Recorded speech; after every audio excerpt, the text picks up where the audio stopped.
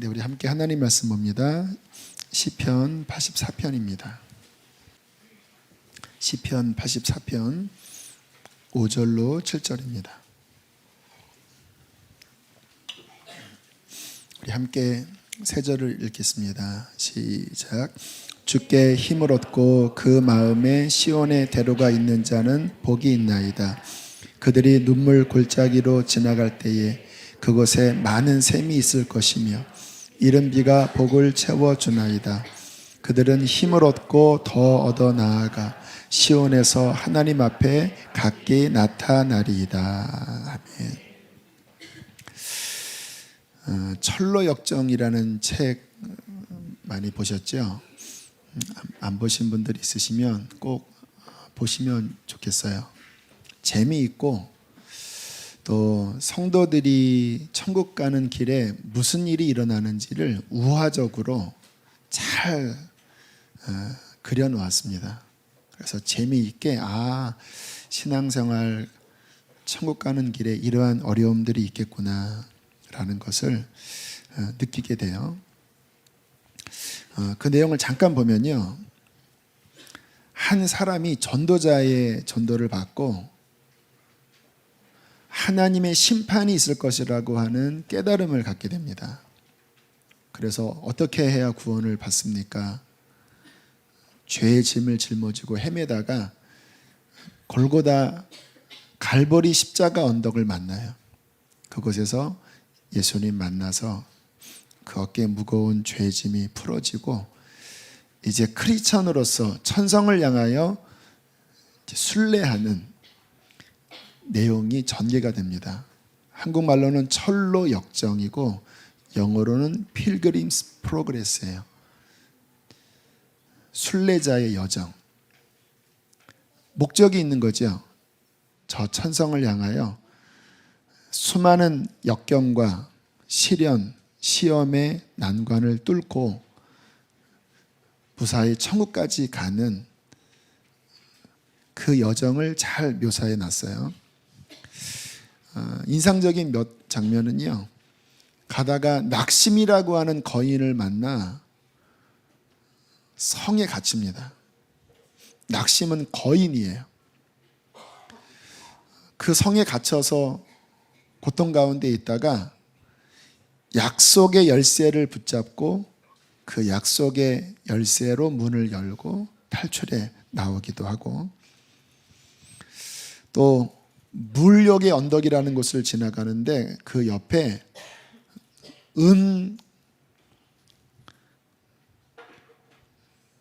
광이 있어요.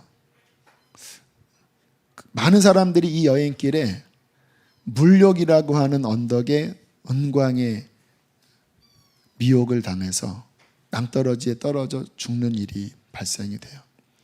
그 모든 것들을 하나하나 극복하고 마지막 크리스찬이 천국을 향해 걸어갈 때 인상적인 내용은 어떤 내용이냐면, 마지막 강을 건너는데요,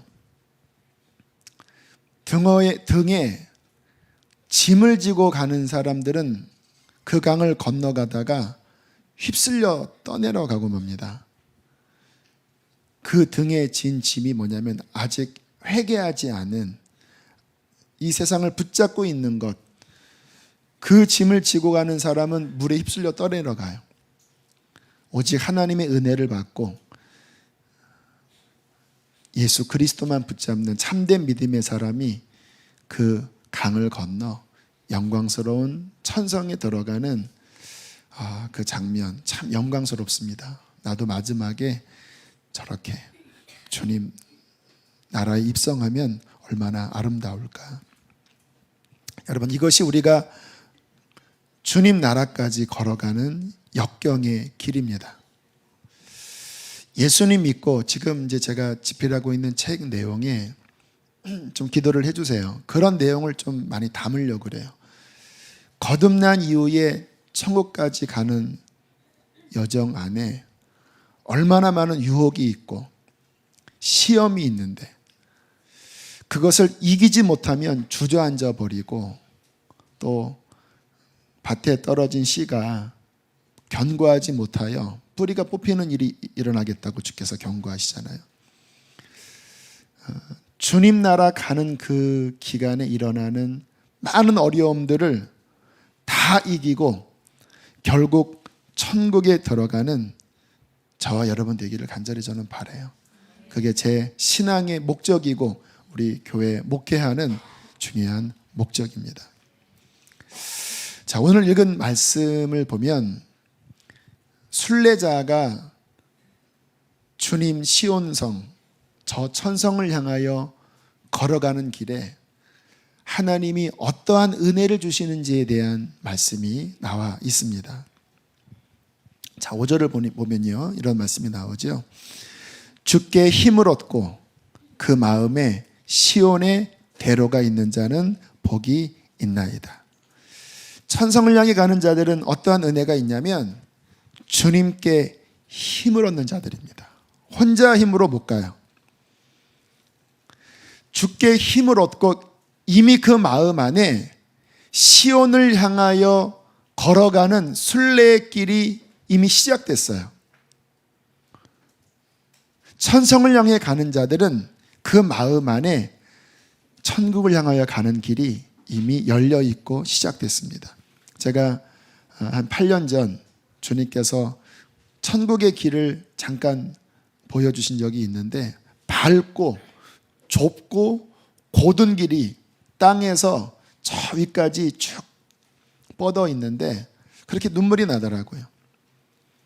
거룩한 자들이 걸어가는 길이구나. 좁은 길이지만 그 길은 영광의 빛난 길이구나. 주께 힘을 얻고 그 마음에 시온의 대로가 이미 천성을 향하여 열려있는 길이 있는 자는 복이 있습니다. 근데 그들은 어떠한 은혜를 받는 자입니까? 힘을 얻는 자예요. 주님께로부터 힘을 얻는 자예요. 자, 6절 한번 읽어보실까요? 시작. 눈물 골짜기로 지나갈 때에 그곳에 많은 샘이 있을 것이며 이른 비가 복을 채워주나이다. 자, 이 길에 눈물 골짜기가 있어요. 곤고하고 사람의 마음이 시험에 드는 것은 잠깐인 것 같아요. 저도 그래요. 몇 번의 어떠한 사건이 터지면서 제가 중심을 못 잡아버리면 시험이 확 들어버리더라고요. 그러면 이제 마음이 산란해지고 답답하고 그래요. 그러한 눈물의 골짜기를 지나가는데 6절에 뭐라고 말씀하냐면 그 골짜기를 지나갈 때 많은 샘물이 솟아나서 우리의 가람목을 적신다라는 거예요. 그리고 이른 비가 하늘에서 내려와 눈물의 골짜기를 지나가지만 망하는 것이 아니라 살아나도록 복을 주신다라는 거예요. 이것이 천국을 향하여 순례의 길을 걸어가는 자에게 주시는 하나님의 은총입니다. 제게 눈물의 골짜기가 언제였나 기도하면서 묵상할 때 첫 목회 때가 생각이 나더라고요. 저 같은 스타일에게 있어서 사람들이 제 스타일이 그런 면이 있어요. 제가 가진 장점을 이렇게 인정을 해주면 저는 120%가 발휘가 돼요. 제가 그렇게 웃긴 사람은 아닌데 우리 성도님들이 이렇게 잘 웃어주니까 120% 유머가 막 발현이 돼요. 그런데 이렇게 한번 눌리면 저를 인정해주지 않는 분위기 속에 가면 저에게 100이 있어도 50밖에 안 나오는 스타일이에요. 근데 하나님이 첫 목회지를 눈물의 골짜기를 주셨어요. 저는 열정적으로 목회하는 스타일이잖아요. 성령의 역사를 강조하는 스타일이잖아요. 근데 정확히 이 부분에서 교인들이 좋아하지 않았습니다. 새벽에 뜨겁게 기도하는 것에 대해서 제재하시기를 시작하셨고 제가 나아가는 방향에 대해서 그렇게 하지 마십시오. 그때 전도사였는데 전도사님 그 방향 우리 교인들이 원치 않습니다. 저의 가장 큰 장점 몇 가지가 딱 막혀지니까 갑자기 날개가 꺾인 새가 돼버리더라고요. 열정적으로 사역을 하는 사람인데 그 열정을 막아버리니까 그냥 힘이 다 빠져서 그냥 낙심해 눈물의 골짜기를 걸어갔어요. 근데 참 지금도 기억나는 건 그렇게 좀 낙심될 때 그래도 교역자니까 설교를 해야 되잖아요. 그럼 새벽에 이렇게 섭니다. 그러면 이제 교인들이 몇 분 이렇게 앉아 계셔서 졸기도 하고 이렇게 계시는데 제가 설교하다가 제가 은혜를 받는 거예요. 교인들은 이렇게 주무시고 눈 콕 감고 계신데 이상하게 장로님들은 눈을 감으시더라고요. 우리 교회 장로님들은 안 그러시는데 이상하게 장로님들은 눈을 감으세요. 근데 설교가 저한테 하는 설교예요. 그러니까 이렇게 설교가 나가는 게 아니라 다 이렇게 들어와서 제가 설교하고 강대상 뒤에서 한 15분 기도하면 다 회복이 되는 거예요. 낙심해 있다가 와, 오늘은 하나님이 나한테 은혜를 주셨네. 그래도 또 낙심할 때가 오잖아요. 그러면 또 하나님이 은혜 주시고 어느 때는 진짜 확 가라앉았는데 그 같은 지방에 계신 목사님이 이제 기도원을 운영하시는 목사님이었습니다. 저에게 좀 찬양 인도를 해달라는 요청을 하시더라고요. 근데 별로 하고 싶진 않았는데 제가 또 마음이 약해서 하도 요청하니까 알겠다고. 그리고 그곳에 찬양 인도하러 갔는데 그 집회를 통하여 또 크게 회복이 됐어요. 제가 느낀 게 이 찬양 인도는 나를 위한 하나님의 섭리였구나. 그렇게 한 1년 7개월 정도 지났나요? 수많은 눈물의 골짜기를 지났지만 하나님께서 낙심할 만하면 여기서 샘물이 터지게 하시고 쓰러질 만하면 하늘에서 또 단비가 내리게 하시면서 내 힘으로 걸어가는 게 아니라 하나님이 끌어주시더라고요. 이게 하나님의 크신 은총이죠. 또 교인들 뭐 그런 어려움이 있었지만 또 여러 루트를 통해서 여러 사람들을 또 붙여주셔서 또 위로도 얻게 하시고 격려도 얻게 하시고 지금도 재미있는 건 시골 교회거든요. 교인 한 40명 정도 다 대부분 어르신들이 많은 그런 시골 교회였는데 어느 날 젊은 부부가 오셨어요. 한 40대 중후반 되는 도시스러운 부부가 오셨어요. 다들 교인들이 이제 좀 당황했죠. 저분이 누구시나. 또 여성분은 굉장히 이렇게 귀부인처럼 아리따우신 분이셨고 남자분도 좀 중후한 신사셨어요. 근데 보통 이제 그런 분들은 한 번 오고 안 오시잖아요. 시골 교회니까. 그런데 뭐 새벽에도 오시고 뭐 저녁 예배도 오시고 주일 예배도 오시고 그래서 이제 그분과 이렇게 교제를 나누게 되었는데 하나님이 주신 위로였더라고요. 원래 그 대전 충청은행 이제 IMF 전 시절이 IMF 좀 지난 시절이군요. 충청은행에서 일을 하던 분이었는데 IMF 때 충청은행이 이제 퇴출당하면서 그때 이제 인생의 고난을 겪으신 거예요. 그러다가 어떤 계기로 경제적인 여건이 나아지게 돼서 제가 있었던 그 공주 그 지역 인근에 전원주택을 지으시고 이제 그곳에서 생활하시면서 이제 대전을 왔다 갔다 하시기 위해서 오셨다가 이제 저희 교회를 들리게 되신 거예요. 근데 참 감사한 게 많은 어떠한 그 사랑을 받았습니다. 그 당시 저희는 가난했던 시절인데 저 도시 대전에 나가서 맛있는 멧돼지 고기도 사주시고 그리고 그 당시에 비싼 그 카메라 막 사진도 찍어주시고 그분이 그러더라고요. 본인이 술 먹고 교회에 온대요. 집에서 이렇게 술을 마시다가 예배 시간 되면 교회 가야지 하고 막 교회 달려온대. 그러니까 원래 교회를 제대로 안 다니는 신앙이 별로 없는 분인데 이상하게 저희 교회에 필이 꽂히셔서 그냥 막 술 드시가도 오시고 그러니까 그 마음 안에 말씀을 사모하는 그러니까 말씀을 먹는 술 먹는 교인이 온 거예요. 제가 막 이게 안 먹히니까 힘들었는데 하나님께서 얼마나 그때 은혜를 저는 목회자는 언제 기쁘냐면 그러한 분들이 와서 은혜 받을 때 가장 큰 기쁨을 얻거든요. 막 이렇게 이야기 나눠 보니까 정말 이렇게 좀 바닥에 사시는 그런 분이신데 은혜를 받으셔서 예배 때마다 오셔서 은혜를 받는다고 하니까 또 그러한 상황을 통해서 큰 위로와 격려를 얻었어요. 하나님은 이 순례의 길을 우리 홀로 내버려 두지 않습니다. 우리가 낙심할 때 눈물 골짜기는 지나가야 돼요. 그런데 기억하십시오. 샘물이 터집니다. 이른 비와 늦은 비가 내립니다. 그 은혜로 우리는 걸어가는 거예요. 자, 7절에 또 놀라운 말씀을 주십니다. 우리 7절 함께 읽을까요? 시작. 그들은 힘을 얻고 더 얻어 나아가 시온에서 하나님 앞에 각기 나타나리다. 여기 중요한 말씀은 힘을 얻고 더 얻어 나아가 시온에서 하나님 앞에 나타난다라는 말씀이에요. 이 순례의 길의 중요한 점은 뭐냐면 힘을 계속 얻어야 된다는 것입니다. 한 번만 얻는 것으로 천국 못 가요. 천국 가시려면 지금 성령 집회를 통해서도 힘을 얻으셔야 되고요. 다시 주일날 힘을 얻으셔야 되고 목장을 통해서 또 힘을 얻으셔야 되고 또 새벽에 나와 힘을 얻으셔야 돼요.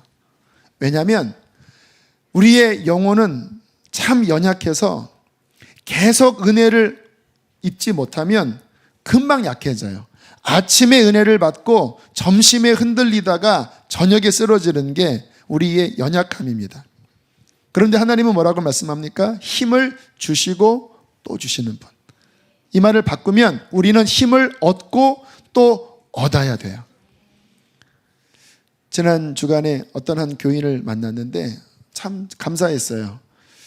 올해 성경을 사독하셨대요. 그분은 바쁜 직장을 다니시는 분인데 요즘은 다른 저녁 회식 또 골프 모임도 거의 다 끊고 그냥 저녁 오후 되면 자기 사무실에서 그냥 딱 성경 정독 한 2시간 정도 시간을 딱 정리하고 할애한대요.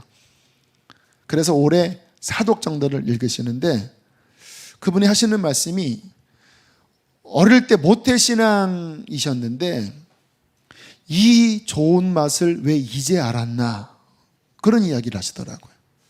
저는 너무 행복했습니다. 이 좋은 맛을 왜 이제 알았나. 여러분 맞습니다. 그렇게 말씀을 통해서 또 은혜를 받고 계속 은혜를 받아야 우리는 계속 앞으로 나아갈 수가 있는 것입니다. 여러분 우리가 이 길을 걸어가면서 제가 경험한 거는 뭐냐면요. 지금 저 같은 상황이 그래요. 그러니까 평상시보다 제가 지금 책 쓰는 일 때문에 월요일도 아침 또 저녁 또 화요일도 또 다 끝나고 집에 가서도 계속 이제 11월까지 그것을 완성해야 되기 때문에 계속 제가 집중하고 있어요. 거기에다가 또 주일 또 이번 달에는 토요일 날 주례도 2번 있고 하는 것 때문에 평상시보다 한 2배 정도는 아니지만 한 80%가 더 많은데도요. 신기한 건 뭐냐면 일이 많다고 눌리는 게 아니라 일이 많아도 그것을 더 감당할 힘을 하나님이 주셔요. 그게 힘을 얻고 더 얻는 것입니다. 우리는 내 분량이 요만큼이니까 이것보다 큰 문제가 오면 나는 못 이기겠지라고 생각하는데 그렇지 않습니다. 하나님의 은혜 주심은요. 내 분량이 이만큼일지라도 주어진 환경을 넘어서는 은혜의 힘을 주시는 분이십니다. 믿음이 필요해요. 제가 그 갑상선 수술을 하고 제일 힘든 그 일이 뭐였냐면 2번 했어요. 그것은 뭐냐면 이 안에 조직이 잘 제거가 됐는지를 확인하기 위해서 제가 먹는 신지로이드 약을 먹지 않고 그리고 저염식으로 들어가면서 한 3, 4주를 버틴 다음에 검사를 해야 되는 그러한 검사가 2번 있었거든요. 근데 문제는 이 몸에 신진대사 호르몬이 이제 사라져 버리니까 몸이 그냥 팍 가라앉는 거예요. 그리고 저염식이 진짜 못 먹겠더라고요. 그러니까 그냥 힘이 다 빠지는 그런 이제 상황이 되는데, 하필이면 그 기간에 제가 일주일 특별 새벽 기도를 인도하는 날이 딱 들어갔어요. 그래서 이것을 바꿀까 생각을 하다가 제가 믿음을 활용했습니다. 예수는 나의 힘이요. 오히려 이럴 때 하나님의 능력을 내가 경험해야 되겠다. 그래서 제일 힘든 그 주간에 특세를 넣는데요. 정말 신기한 게 몸이 막 가라앉아 있어요. 일어나기가 싫어요. 그런데 그때 저는 외칩니다. 예수는 나의 힘이요. 그리고 믿음 붙잡고 일어나면요, 일어나져요. 그리고 그 기간에 하나님은 제게 특별한 은혜를 주셔서 건강할 때보다 더 그러한 사역들을 잘 감당하게 해주셨어요. 무슨 일입니까? 하나님은 이 길을 걸어갈 때 눈물의 골짜기를 지나가지만 힘을 주십니다. 더 주십니다. 그래서 주님 앞에 설 수 있도록 그분은 도와주세요. 근데 중요한 건 믿음이에요. 주님이 힘 주시지만 나는 안 돼. 불신앙을 가지면 힘을 못 얻어요. 오늘 말씀처럼 눈물골짜기를 지나가지만 주님, 나는 주님으로 말미암아 승리할 수 있습니다. 믿음을 가지고 나아갈 때 우리는 끝까지 승리할 수 있을 것입니다. 아마 여기 계신 모든 분들이 그렇게 힘 주셔서 여기까지 왔을 겁니다. 자, 우리가 이 순례의 길을 걸어가고 있는데요. 저는 솔직히 그런 마음이에요. 제가 할 역할은 주유소 직원인 것 같아요. 저는 주유소 직원 되고 싶어요. 무슨 말인지 아세요? 여러분, 일주일에 이렇게 한번 올 때 제가 여러분의 그 주유통에 기름을 이빠이 채워주고 싶습니다. 만땅으로. 제 정말 소원이에요. 저는 다른 거는 잘 몰라도 영혼들이 천국 가는 그 여정에 그 영혼들을 생각하면 제 가슴이 막 이렇게 애절해지는 그런 마음을 하나님이 주셨어요. 제 역할은 주유소. 그래서 앞으로 여러분 저에게 주유소 직원이라고 불러도 좋습니다. 또는 세차장 직원 됐으면 좋겠어요. 더러워진 차가 오면 씻어 해서 이런 집회 때 또 깨끗이 씻어드리고, 새똥 묻은 거 닦아드리고, 오물 묻은 거 씻어드리고, 그리고 비어있는 여러분 주유구에 주님의 은혜로 기름을 충만하게 담아드려서 또다시 이 길을 달려가고 또다시 이 길을 끝까지 달려가게 하기를 간절히 원합니다. 오늘 여러분 마음의 문을 활짝 여시고 여러분 영적 주유구에 충만하게 이빠이데스 만땅 은혜를 받으시기를 축복합니다. 오늘 말씀 준비하면서 주님 오늘 어떤 말씀을 전할까요? 기도를 하는데 제 안에 그런 마음을 주셨어요. 아마 책 내용과도 연결돼서 그런 것 같은데, 주님, 이 순례의 길을 똑바로 가게 해주십시오. 우리 양들이 저 천성을 향하여 걸어가는데 수많은 미혹들이 있고 수많은 공격들이 있습니다. 주님, 비틀거리지 않고 쩔룩거리지 않고 똑바로 이 길을 힘있게 걸어가게 하여 주십시오. 왜 이런 마음이 들었을까요?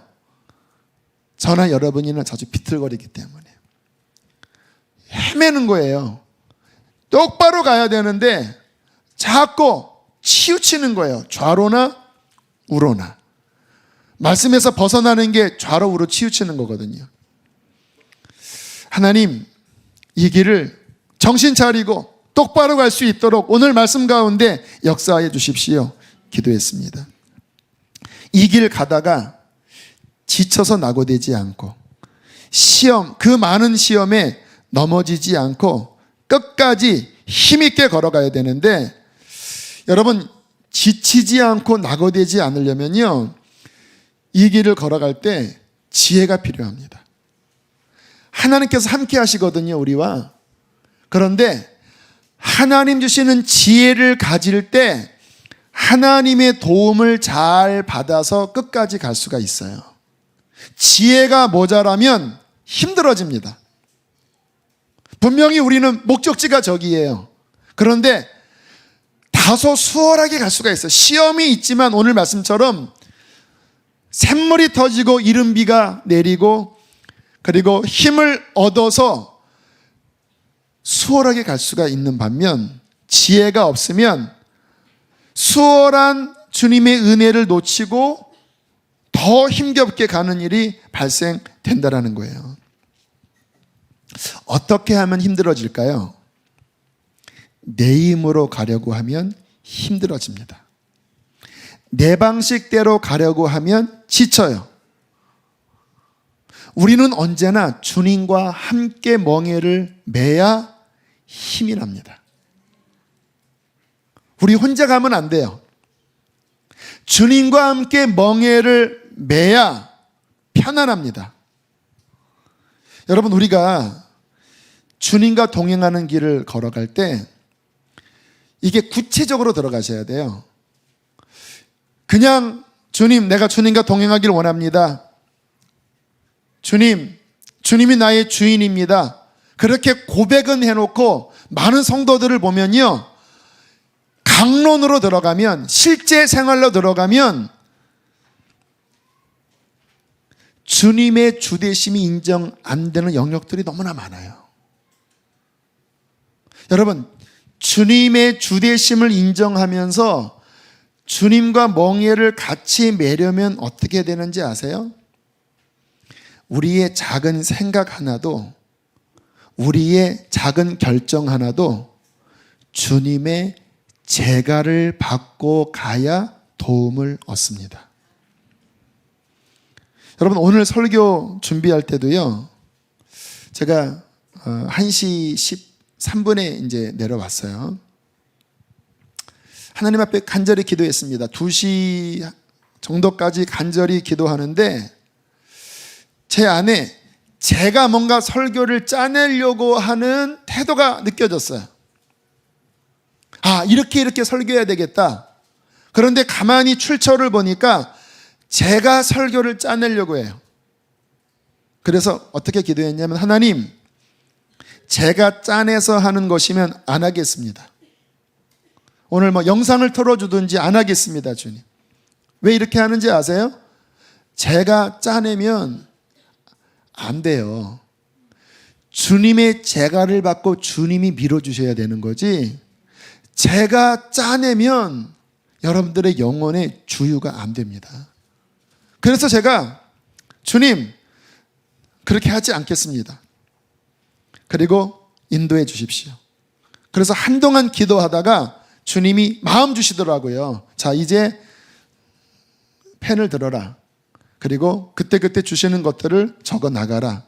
라는 마음을 주셔서 오늘 말씀을 끌어 나갔어요. 여러분, 이게 작지만 굉장히 중요한 거예요. 우리가 어떤 일을 할 때 당연히, 여러분 보세요. 오늘 설교 당연히 해야 되고 다른 것도 아니라 하나님 말씀 전해야 되면 그냥 열심히 하면 되잖아요. 그런데 그냥 열심히 하는 것만 가지고 안 되는 거예요. 주님의 제가를 받으셔야 돼요. 하나님, 인도해 주십시오. 주님이 아니면 저는 할 수 없습니다. 그때 하나님의 인도함을 잘 받아서 제가를 받고 나아갈 때 하나님은 그곳에 함께 하시고 도우시는 거예요. 김영희 선교사님 복음학교 갔을 때 그런 간증하시더라고요. 이분이 주님 앞에 이제 종이 되기로 헌신한 후에 계속 주님의 제가를 받고 움직이다가 한 번 하나님의 허락받지 않고 어떤 결정을 해버렸대요. 집을 얻었대나?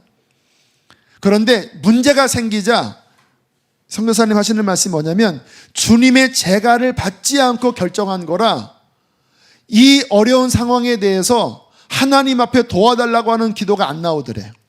그리고는 인간적으로 막 어떤 것들을 풀려고 막 바동바동 되면서 공중전화 가서 인간의 막 힘을 빌려고 하는 그 찰나 하나님이 이놈 하시면서 깨닫게 하셨다고. 그분과 우리와 비교할 수 없는 엄청난 영적인 길을 걸어가시는 분이라 우리는 뭐 주로 제가 안 받고 걸어가다가 가끔 제가 받잖아요. 우리는 가끔 제가 받는 거 가지고 이제 막 좋아하잖아요. 근데 그분은 일생 주님 제가 받고 살다가 한 번 실수한 것 가지고도 그렇게 하나님 앞에 아파하시더라고요. 시편에 이러한 말씀이 있습니다. 내 입의 모든 말과 내 마음의 묵상이 주께 연락되기를 원합니다. 여러분, 이 무슨 말인지 아세요? 내가 말하는 한마디도 내 마음에 드는 어떠한 생각도 하나님께 기쁘게 받아들여질 만한 주님이 인정할 주님과 소통될 말과 생각이 되기를 원합니다. 그러니까 함부로 말하지 않는다는 거예요. 이 말이 내가 아내에게, 남편에게, 자녀에게 어떤 말을 할 때 주님과 멍에를 같이 하는 사람은 어떤 사람이냐면 이 말이 주님이 인정될 말을 말하는 거예요. 이 말이 하나님으로부터 온 말을 말하는 거예요. 여러분 잘 보세요. 어떤 말을 할 때 하나님이 받지 않고 내 스스로에게서 나온 말을 하잖아요. 그러면 그 말이 힘이 없어요. 또는 상처 줍니다.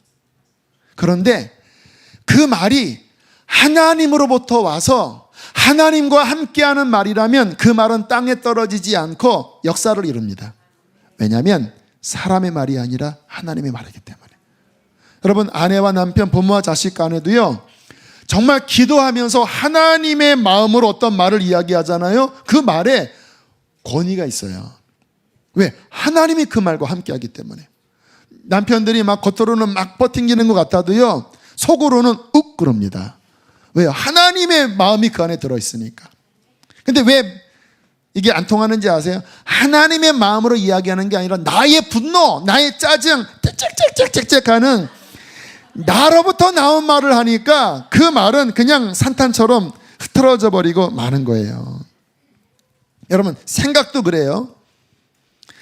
내 육신에서 나온 어떠한 생각을 딱 붙잡으면 그게 하나님으로부터 나오지 않은 거면요 하나님과 그 생각이 대치됩니다. 성령님은 우리 안에 계십니다. 내 안의 생각을 감찰하시는 분이거든요. 근데 내 안에 어떠한 생각, 내가 이러한 사업을 해야 되겠다, 내가 지금 뭔가를 이렇게 추진해야 되겠다. 그런데 그게 하나님으로부터 온 생각이 아니라 나로부터 온 생각이에요. 그럼 어떻게 되는지 아세요? 하나님과 대치가 돼버려요. 그러면 그 생각을 품은 만큼 영적으로 힘들어져 버립니다. 당연하죠. 이게 긴장으로 땡겨져 있잖아요. 우리는 그분이 주인이시고 그분의 멍에를 메고 가야 편안한 거예요. 근데 내 안에 주인이 일로 가려고 하는데 지금 내가 갖고 있는 생각, 내가 품고 있는 생각이 내 생각인 거예요. 그 사업하는 게 옳지만, 그 뭔가 계획하는 게 나로서는 옳지만 내 안에 주인이신 그분이 제가 하신 게 아니에요. 그분으로부터 온 게 아니에요. 그러면 아무리 옳지만 내가 품는 만큼 주님과 대치 상태에 들어가요. 그러면 마음이 힘들어집니다. 제가 느낀 게 뭐냐면 제가 내 생각을 많이 한 상태일수록 제 마음이 무거워지고 힘겨워지더라고요. 기도할 때도 힘들어요. 주님 왜 이렇게 힘듭니까? 근데 주님이 열어서 보여주시는 게 네 안에 네 생각이 너무 많다. 너 일주일 동안 살아가면서 이러한 시간들, 인터넷 봤던 시간들, 요즘 뉴스 기사 거기에 이렇게 잠식했던 시간들, 그 안에 들어온 생각이 나로부터 온 생각이 아니라 세상의 영, 네 스스로 가진 생각을 품어서 그것이 나의 영과 대치 상태에 있다. 그러니까 속이 힘든 것이 아니냐, 그렇게 깨닫게 해주실 때가 많아요. 여러분 삶의 지혜가 뭔지 아십니까? 그리스도인의 지혜가 뭔지 아세요? 내가 무슨 말을 하든, 내가 무슨 생각을 하든, 내가 무슨 행동을 하든 그분과 함께하는 것입니다. 다윗의 고백, 내 입의 모든 말과 내 마음의 묵상이 주님께 기쁘게 상달되기를 원합니다. 내 입의 말과 내 생각과 행동이 하나님께로부터 온 것이 되기를 원합니다. 그러면요, 하나님이 그 인생의 문을 열어주십니다. 왜요? 혼자 가는 게 아니라 주님이 손잡고 가시는 거예요. 혼자 말하는 게 아니라 주님이 그 말에 함께 하시는 거예요. 사무엘상에 보면 사무엘이 자라나면서 그가 기도하고 말을 하잖아요. 사무엘이 말한 것 중에 한마디도 땅에 떨어지지 않고 다 성취됐다고 말합니다. 얼마나 놀랍습니까? 어떻게 그런 일이 벌어질까요? 하나님과 동행하면 그 말이 어린아이일지라도 사람의 말이 아니라 하나님이 함께 하셔서 그 말의 역사를 이루는 것입니다. 이렇게 살아야 평안하고 행복한데 문제는 뭔지 아세요? 너무 내 생각으로 가득 차 있는 거예요. 하나님의 일을 해도 내 의, 내 고집, 내 열심, 이게 혼동되어 있는 겁니다. 많은 사람들이. 여러분, 바울 아시죠? 바울이 회심하기 전에 그는 정말 하나님을 최고로 열심히 믿고 싶은 사람이었어요. 자기 소견에 기독교인, 이거는 완전 배신자, 배교자예요. 지금 이란에서 기독교인들 핍박하는 것처럼. 그것이 옳다고 생각하고 막 기독교인들을 핍박하러 가다가 예수 그리스도를 만났잖아요. 근데 주님이 뭐라고 말씀하는지 아세요? 가시채 뒷발질하기가 너에게 고생이다. 네가 네 생각에 붙잡혀서 막 뭔가 이렇게 열심히 하는데 그게 오히려 너한테 고생이다 라고 주님께서 그를 측은히 말씀하십니다. 사도 바울은 충격을 받았죠. 여러분, 이것이 우리에게 주시는 말씀일 수 있어요. 많은 사람들이 너무 내 생각에 사로잡혀 있어서 이게 막 뭔가 열심히 하고 뭔가 열심히 어떠한 것들을 진전해 나가는 것 같은데 힘이 들어요. 물론 주님의 일을 해도 힘듭니다. 그러나 주님과 함께 하면서 힘든 것은 그분이 또 샘물이 터지게 하시고 이른비를 주셔서 회복시켜 주시거든요. 근데 그게 아니라 주님은 이쪽 계신데 여기 바라보고 계신데 혼자 막 이게 옳다고 하면 주님 여기가 옳아요 하면서 막 주님 막 머리 자꾸 막 걸어 땡기시고 저기 막 보시라고 하고 주님이 나 관심 없어 하는데도 아니야 관심 있어 하면서 하나 인형으로 예수님 만들어 놓고 관심 있으시죠? 하고 얼굴에다가 웃는 그림 딱 그려놓고 스스로 이제 막 세뇌하면서 거기에 말씀 구절 한두 구절 그러니까 말씀으로 하는 게 아니라 자기가 필요한 구절 인용해서 억지로 걷다가 만들어 놓고 그리고 그 인형 붙잡고 걸어가는데 하나님이 안 밀어주시니까 힘들죠. 그것을 가르쳐 뭐라고 하는지 아세요? 종교라고 말합니다. 이 안에는 은혜가 없어요. 무섭습니다. 무서워요. 왜요? 자기 열심, 자기의 어떠한 의기 때문에 하나님의 성령의 감동이 없어요. 거기에 날카로운 판단과 정죄와 자기의 무서워요. 이스라엘 종교인들 보면요 무서워요. 까만 옷 입고 수염 기르고 그리고 하면서 막 기도하는데 사진 한번 찍자고 해도 사진도 안 찍어주더라고요. 무서워요.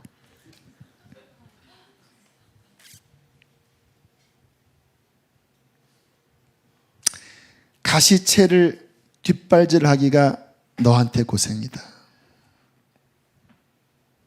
힘 빼십시오. 순례길을 걸어가는 거예요. 천성을 향하여. 힘든 길이지만 쉽게 갈 수 있어요. 이른 비와 늦은 비가 때마다 내리고 샘물이 터지기 때문에 쉽게 갈 수 있어요. 어떻게 할 때? 힘 뺄 때. 내 생각 꽉 붙잡고 자꾸 나의 어떠한 곳으로 가려고 하면요 가는 것 같지만 다시 제자리고 내 마음 안에는 평강이 없고 미움만 가득하고 힘을 빼야 해요. 저는요, 제가 어떤 일을 하다가 이게 지금 내가 뭔가 힘주면서 한다라고 하면 일단 빨리 내려놔요. 그리고 이렇게 기도합니다. 주님, 이게 아닌가요? 하여. 제가 뭐를 얘기를 하려고 하는데 무거워져요. 아마 제 이야기가 이해되는 분이 있고 그런 거 하는 분도 있고 봉창 두드리는 소리로 들을 수 있지만 이건 중요한 이야기니까 그냥 들어놓으세요. 제가 뭔가를 하려고 하는데 갑자기 무거워져요. 주님의 밀어주심이 안 느껴져요. 그러면 저는 순간 이게 아닌가요? 속으로 그래요. 그리고 빨리 한 발 뒤로 물러납니다. 그리고 물어봐요. 주님, 주님의 뜻이 무엇이지요? 주님, 가르쳐 주세요. 이게 아니면 주의 마음을 주세요. 제 속에서는 그 기도가 계속 나와요. 사람과 대화하다가 제가 뭔가 계획하다가 뭔가 무거워져요. 그러면 순간 이게 아닌가요, 주님? 나는 이게 옳다고 생각하는 이게 아닌가요? 빨리 손을 떼요. 주님, 주의 뜻이 무엇이죠? 하고 주님 앞에 기도하고 다시 주님이 힘주시는 그 방향으로 나아가려고 매 순간 촉각을 세웁니다. 잠언 3장 5절은 이렇게 말씀합니다. 너는 마음을 다하여 여호와를 의뢰하고 내 명철을 의지하지 말라. 따라합시다. 내 명철을 의지하지 말라. 내 잘난 머리를 의지하지 말라. 너의 똑똑한 판단을 의지하지 말라. 여러분, 이것만 내려놔도요 크게 발전한 겁니다. 왜? 많은 사람이 너무 자신의 어떤 생각에 꼭 붙잡혀 있어요. 내 명철을 내려놓는 것, 이게 첫 번째 중요한 거예요. 모든 문제의 발단이 내 생각으로 꽉 들어차 있는 것으로부터 시작되잖아요. 여러분, 우리는 항상 내 생각이 부족하다, 또 실수할 수 있다라는 인식을 늘 가지고 있어야 합니다. 왜냐하면 성경이 그렇게 말씀하고 있습니다. 이 인간이 하나님을 떠난 이 자아의 본성은 어두워요.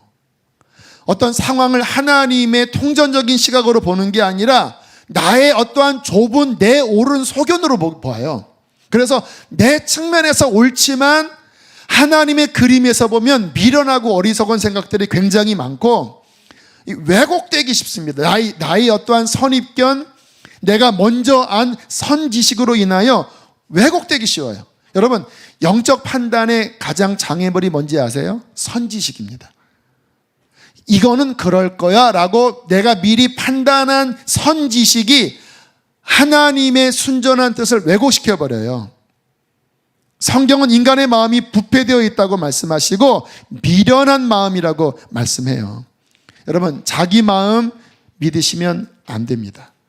자기 판단 신뢰하면 안 됩니다. 우리는요, 오직 말씀과 성령 안에서 하나님의 마음만 붙잡으기로 힘쓰고 애쓰셔야 돼요. 제가 아까 말씀드린 매 순간 제가 쥐고 있는 것 내려놓고 계속 저는 주님 눈치 봐요. 여러분, 어릴 때 눈칫밥 드셔보셨어요? 저는 초등학교 때 남의 집 살아봤다고 그랬잖아요. 지금도 기억나는 게 돼지 김치찌개. 가운데 상에 이렇게 있잖아요. 거기에 돼지고기가 동동동동 이렇게 이제 있는데 저는 이제 그 집에 얹혀 사는 초등학생이에요. 그러면 이렇게 밥을 먹고 그 고기를 떨 때 수많은 이 눈길과 이 눈치 속에 이렇게 하면서 그 수많은 이 생각들이 있습니다. 눈물 없이는 듣지 못하는 이 슬픈 이야기. 고기 이렇게 먹고 또 이렇게 눈치 이렇게 보고, 제가 이런 설교하면 제 아내가 당신 이야기 들으면 너무 짠해 막 이런 얘기를 하는데, 어릴 때 눈칫밥을 먹어봤어요. 길게는 안 먹어봤어요. 한 2, 3년 먹어봤어요. 2, 3년은 아니다. 근데 저는 지금도 눈칫밥을 먹어요. 주님의 눈칫밥을 먹어요. 제가 뭔가를 할 때 제 마음에 이렇게 주님이 이렇게 계속 인식하는 레이더가 돌아가고 있으니까 그러다가 100%는 몰라요. 그런데 주님이 하는 게 느껴져요. 제가 뭔가를 하려고 할 때 그거 아니야. 크게 얘기 안 하시는데 그냥 뭔가 주님의 표정이 찌푸러지는 게 느껴져요. 그러면 좀 가다가 말자 이래요. 또 어떤 경우는 주님이 이렇게 씩 웃으시는 게 느껴져요. 이렇게. 그래 그거야. 잘했어. 바로 그거야. 그러면 제가 이렇게 머리 긁으면서 주님 괜찮으세요? 어떤 때는 주님이 막 박수 치는 게 있어요. 오 그래 내가 너무 기쁘다. 그것은 1년에 몇 번밖에 없어요. 어느 때는 주님 막 책망하세요. 그거 안 돼 그거 막 책망하세요. 그러면 막 이게 막 식은땀이 나요. 이렇게 땀이 막 줄줄줄 나요. 저는 그렇게 살려고 애를 쓰는데 근데 제가 이렇게 교인들을 보면 다 그런 건 아니지만 주님이 막 메가폰 들고 안 돼 하셔도 그냥 그 길로 가는 멧돼지처럼 그저 돌진하는 분들이 계셔요. 제가 가끔 설교하다가 이렇게 막 찌르거든요. 이렇게 그거 아니라고. 그런데도요 얼마나 고집이 세신지 와 그런 분들은 정말 누구도 감당 못해요. 꼭 그러면 이제 영적 침체되고 마음 상하고 그리고 영적으로 확 어려워져요. 왜 그럴까요? 자기 생각이 너무 강해요.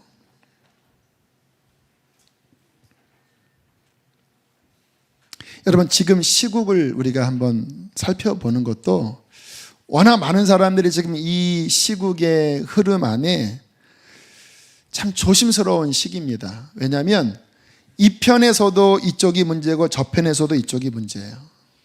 아까 어떤 분이 저한테 카톡을 보내오셨더라고요. 나라 위해서 기도해야 됩니다. 혹시 지금 청년이나 학생 중에 촛불 집회하러 가는 그런 사람이 있는지 모르겠습니다. 기도해야 됩니다. 물론 맞지요. 근데 되게 민감한 지금 시기예요. 우리나라가 여기까지 오면서 실은 많은 그런 항쟁들이 있었고 그래서 실은 여기까지 온 것도 있잖아요.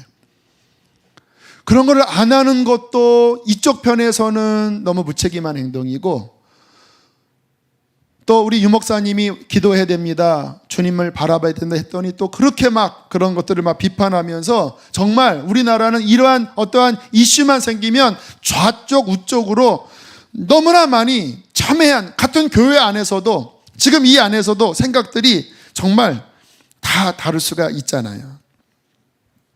여러분 그런데요.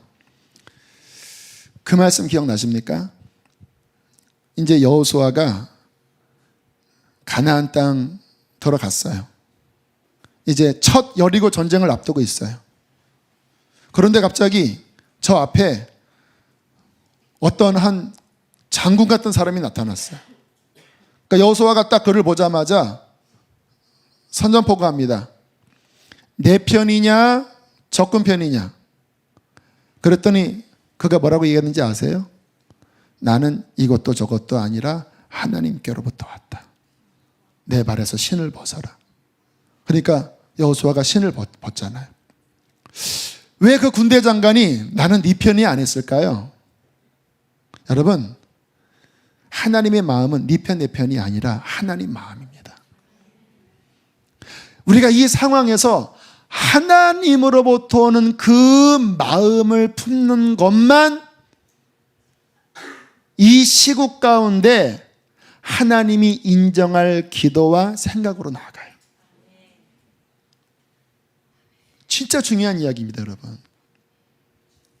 저는 가만히 기도하면서 보면 우리 교인들이 막 어떤 이야기를 해도 조금 우려스러운 부분도 있고 또 막 세상에서 하는 부분도 우려스러운 제가 이 편 저 편도 아니더라고요.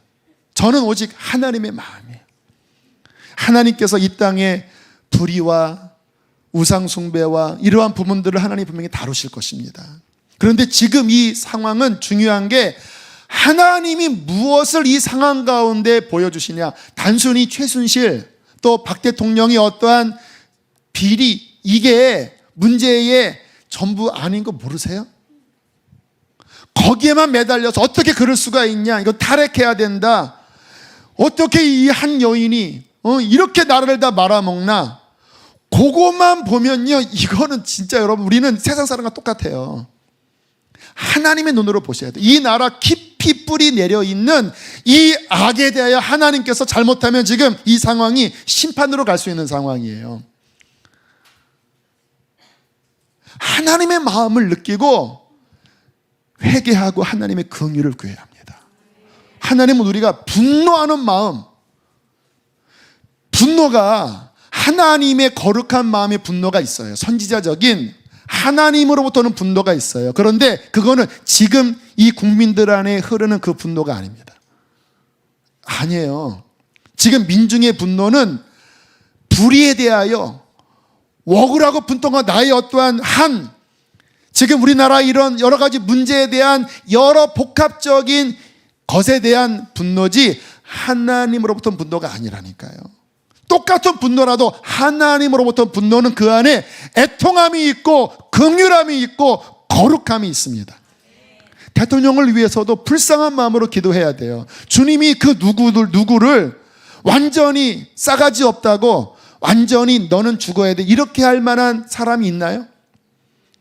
그 기준이라면 우리도 멸망당해야 돼요. 하나님은 불쌍히 여기시고 기도해야 되는데, 지금 이 상황은 우리의 죄악을 회개하면서 정말 주님, 이 나라가 하나님 앞에 바로 서게 해주십시오. 물론 촛불 들고 하는 부분이 다 나쁘다고 할 수는 없어요. 그러나 그 분노의 영에 휩쓸려서, 자, 그렇다고 또 다른 정권이 드러나면 답이 나오나요? 답이 나오나요? 그게 답이 아니라니까요. 하나님이 인정하셔서 하나님이 새 물결을 주셔야 합니다. 그것은 우리들이 하나님 앞에 엎드리고 하나님으로부터 오는 마음을 받아서 그 마음으로 생각하고 그 마음으로 기도하고 그 마음으로 울 때, 하나님과 통할 때 하나님이 이 땅을 풀어주신다라니까요. 보세요. 지금 제가 이 말을 할 때 하나님이 이 말을 밀어주고 계세요. 제가 어떤 위로 막 정권 물러가라, 촛불 들고 나가자, 이렇게 말할 때와 다르게 이 말에 하나님이 제 안에서, 맞아, 정신 차리지 않으면 이 세상에 흐르는 영에 휩쓸립니다. 이 세상에 영이 흘러가요. 하나님으로부터 온 영이 있고 세상의 영이 있습니다.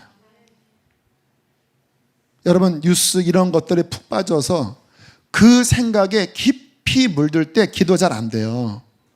오늘 예배가 쉽지 않아요. 왠지 아세요? 많은 분들이 그 영에 침식되어 있어요. 하나님의 마음 품으셔야 합니다. 여호와여, 내 입술의 모든 말과 내 마음의 묵상이 주께 연락되기를 원합니다. 이 시대에 나의 자녀들이 어떠한 마음을 품어야 되느냐? 휩쓸리지 말아라. 에스겔서에 보면 이 시대의 악을 향하여 우는 자들의 이마에 표식을 하라고 말씀하세요. 우는 자들, 하나님의 마음을 품는 자들.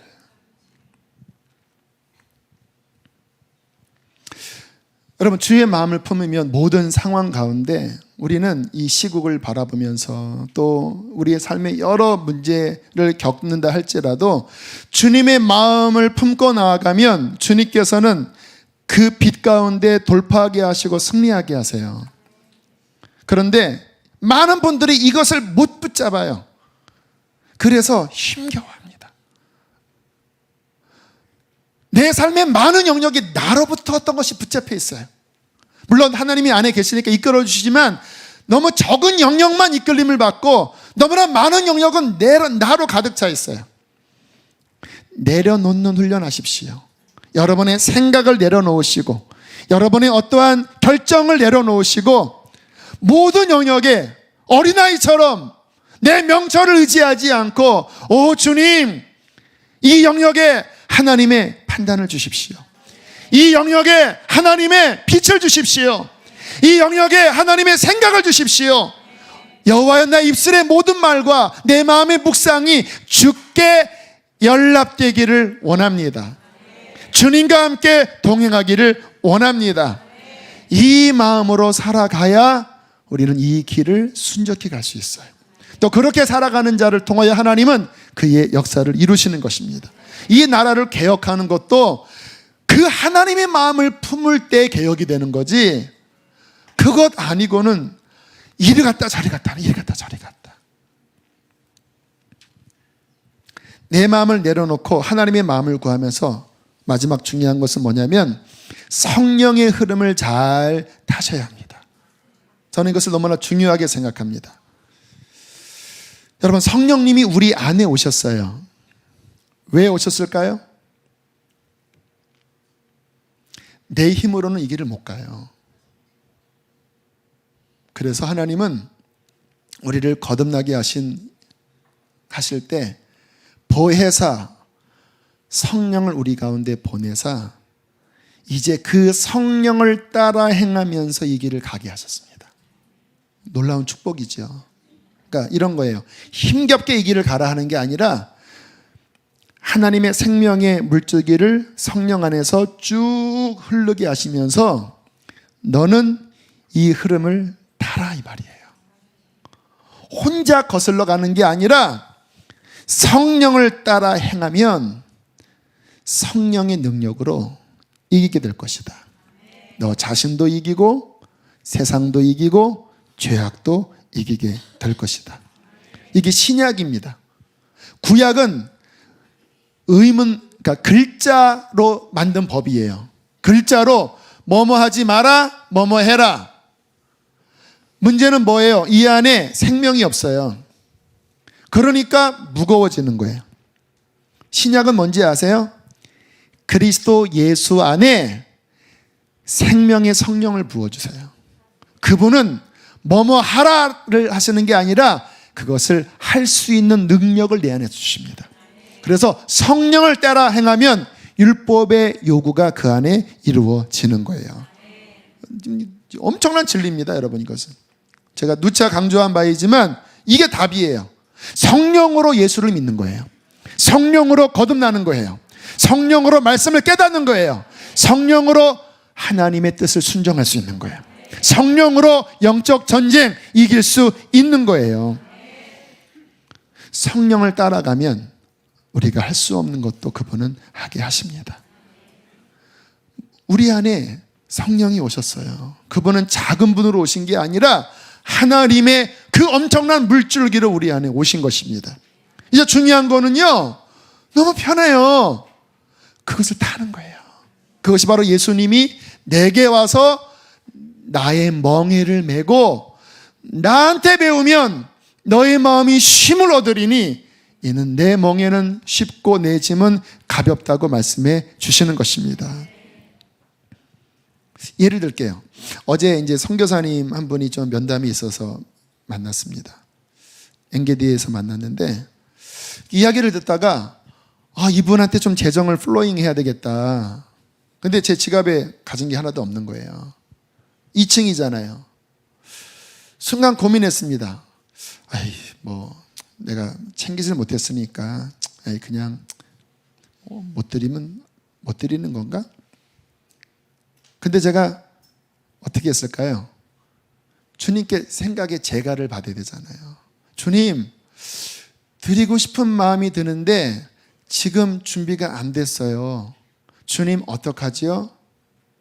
그랬더니 마음 안에 올라갔다 내려오면 되지, 이런 마음을 주더라고요. 너무 쉬운 건데 제 생각이 얼마나 미련한지 귀찮은 겁니다. 올라갔다 내려오는 거. 그래서 이거 안 됐는데 하는데 주님이 뭘 걱정해. 잠깐 앉아 계시라고 그러고 올라갔다 내려와. 그러면 되는구나. 그래서 제가 이야기하다가 잠깐 기다려요 하고 이제 준비하고 이제 이렇게 플로잉을 했어요. 주님의 마음 따라 한 거예요. 그리고 이제 바깥에 이렇게 배웅을 하고 평상시 같으면 이제 사무실에 올라가야 되는데 엔게디 안에 앉아 계신 어떤 분이 제 마음에 좀 걸렸습니다. 그래서 주책맞게 또 안에 들어갔어요. 그리고 그분 앉은 앞에 서서 가을 여인 같네요. 왜 얼굴이 이렇게 그러세요? 수심이 많으시네요. 이렇게 하다가 그분이 앉으세요 그렇게 계시더라고요. 그래서 이제 거기 앉아서 이야기를 나눴어요. 이렇게 얼굴이 힘드세요 했더니 그런 말씀을 하시는 거예요. 저는 다른 것 때문에 힘들지 않아요. 제 마음 너무나 주님이 갈망이 되는데 이게 돌파가 안 돼요. 저는 하나님 앞에 기도해요. 나처럼 하나님 갈망하는 사람이 어디 있냐고. 그런데 기도를 해도 이게 시원하게 열리지가 않아요. 그래서 제가 잠깐 상담을 해드렸습니다. 그 마음 너무 귀한 마음이지요. 그 목마른 마음 얼마나 귀합니까? 그런데 목마름이 귀하지만 목마름만 가지고는 안 돼요. 그러니까 목마름은 로켓의 추진체입니다. 불 가는 추진체예요. 그런데 터지는 것은 핵탄두 그 앞에 탄두에서 터져야 되거든요. 추진체는 갈망인데 터지는 것은 믿음입니다. 그러니까 이런 거예요. 이렇게 주님 갈망합니다. 쫙 올라갔다가 이제 그 터지는 것은 예수는 나의 생명입니다. 성령님 내 안에 계십니다. 믿을 때 돌파가 되고 확 풀어지는 거거든요. 근데 이 믿음이 활용 안 되고 갈망만 있으면 날라만 다니는 거예요. 이렇게 샥하고 주님, 샥하고 주님인데 안 터져요. 그냥 계속 한번 날라다니면서 이렇게 결국은 이제 지치는 거지요. 그런데 믿음은 있는데 갈망은 없으면 또 못 날라요. 난 믿는다 하는데 여기가 저 싸우니 난 믿긴 믿는데 갈망은 없어. 그러면 안 터져요. 갈망하다가 믿음. 그래서 그런 얘기 했어요. 그러니까 이렇게 하시라고. 그거 이러면 안 되고 이렇게 하시라고. 주님, 나 이렇게 주님 너무 갈망한데 주님 안 됩니다. 주님. 제 안에는 이렇게 막힌 것들이 있고 하나님 뭐가 어떠한 것들이 묶여 있습니다. 주님 어떻게 할까요? 주님 나를 이끌어 주십시오. 주는 나의 생명이십니다. 그러면 주님이 이렇게 인도하실 거라고. 그러면 그것에 따라 움직이시라고. 주님 이제 누구를 위해서 기도할까요? 주님 대통령을 위해서 기도하라. 그러면 기도하면 눈물이 날 거라고. 그때 당신이 원하는 그 깊은 어떠한 돌파가 경험될 거라고. 주님을 따라가시라고. 그리고 그분의 생명을 믿으시라고. 그리고 잠깐 이야기를 나누고 그리고 다시 이제 그 흐름이 이제 거기서 끝났으니까 다시 제 사무실로 올라왔어요. 뭐지요? 성령의 흐름을 타는 삶을 사는 거예요. 기도할 때도 뭐를 할 때도. 그러려면 먼저 내려놔야 돼요. 그리고 내 안에 임마누엘로 함께 하시는, 보혜사로 함께 하시는 그분의 인도에 계속 여쭙고 또 분별하고 따라갈 때 그분은 우리를 대양으로 이끄실 것입니다. 그러나 그것만 하면 안 돼요. 저는 이게 늘 성령의 영감한 귀를 기울이면서 늘 거기만 매달리면은 그분들은 미혹됩니다. 자기의 이 카테고리를 못 벗어나요. 저는 제가 이렇게 하는 것의 바탕은 충만한 성경 통독인 거 아시죠? 계속 저는요 모든 기준을 성경 보면서 계속 보면서요 이 나이까지 성경을 그렇게 읽었으면서도 계속 내가 뭔가 이렇게 세워지면 다시 내려놓고요. 말씀이 기준. 어제도 로마서 다 보고 오늘도 고린도전서 다 보고 고린도후서 3장까지 보면서 다시 말씀이 기준. 계속 내 거를 비우고 하나님의 순전한 말씀을 계속 기준으로 계속 다시 점검하는 그 말씀 안에서 성령의 인도를 받으면 가장 바른 길로 갑니다. 똑바로 갑니다. 힘있게 갑니다. 흔들리지 않습니다. 흔들려도 다시 잡혀요. 왜? 진리의 능력과 하나님의 성령이 함께 하실 때 그 영혼은 폭발적인 힘이 있는 거예요.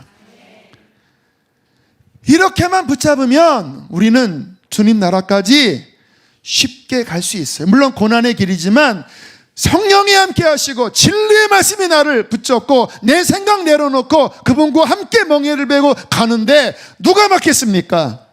사도 바울의 고백처럼 생명과 죽음과 천사와 권세와 그 어떠한 것도 이 사랑을 끊을 수 없는 거예요. 할렐루야, 할렐루야. 여러분 주님 나라 이 힘으로 걸어갑시다. 똑바로 걸어갑시다. 이 지혜가 여러분 안에 있게 되기를 축복합니다. 우리 함께 시간 찬양하고 기도하겠습니다.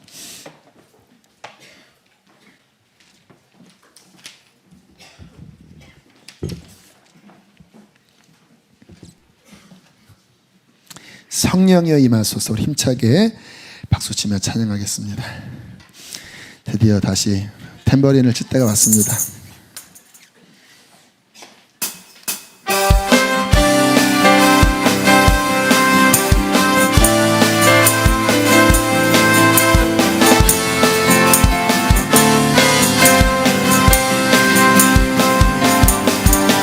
성령이여 임하소서. 메마른 나의 심령 위에 주님의 은혜를 감비내며 나는 벅적셔 주옵소서. 주의 권세 주의 능력 지금 이 시간 임하셔서 악한 권세 모두 깨뜨리고 주님 나라 임하소서. 영광 할렐루야. 예수의 그 피가 내게 승리 주네 구원이 되시네. 영광 할렐루야. 예수의 이름이 능력되네 소망이 되시네. 다시 한번 성령이여 임하소서. 성령이여 임하소서. 내 마른 나의 심령 위에 주님의 은혜에 담비되어 나를 벅적셔 주옵소서. 주의 권세 주의 능력 지금 이 시간 임하소서. 악한 권세 모두 깨뜨리고 주님 나라 임하소서. 영광 할렐루야. 예수의 그 피가 내게 승리 주네 구원이 되시네. 영광 할렐루야. 예수의 이름이 능력되네 소망. 자, 선포합니다. 영광 할렐루야. 영광 할렐루야. 예수의 그 피가 자, 돌파됩니다. 할렐루야. 구원이 되시네. 영광 할렐루야. 예수의 이름이 능력되네 소망이 되시네. 성령이 오셨네. 성령이 오셨네. 성령이 오셨네. 할렐루야. 내 주에 보내신 성령이 오셨네. 우리 인생 가운데 찾아오셔서 그 나라 꿈꾸게. 우리 2절 억눌린 자 갇힌 자 흔들린 자 갇힌 자 자유함이 없는 자 피난처가 되시니 성령은 계시네. 주의 영이 계신 곳에 참 자유가 있다. 진리의 영이신 진리의 영이신 성령이 우리 성령님 안에서 자유롭게 고백합니다. 성령이 오셨습니다. 성령이 오셨네. 성령이 오셨네. 내 주에 보내신 성령이 오셨네. 우리 인생 가운데 찾아오셔서 우리 하나님의 성령 갈망하면서 한 번 더 성령이 오셨네. 성령이 오셨네. 성령이 오셨네. 내 주에 보내신 성령이 오셨네. 우리 인생 가운데 찾아오셔서 그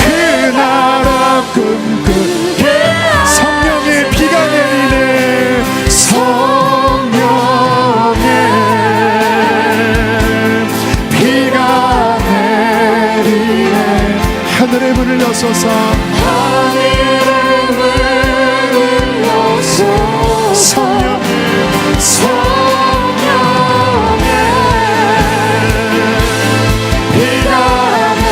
내리네. 하늘을 물려서 성령의 비가 내리네. 성령의 비가 내리네. 하늘을 물려서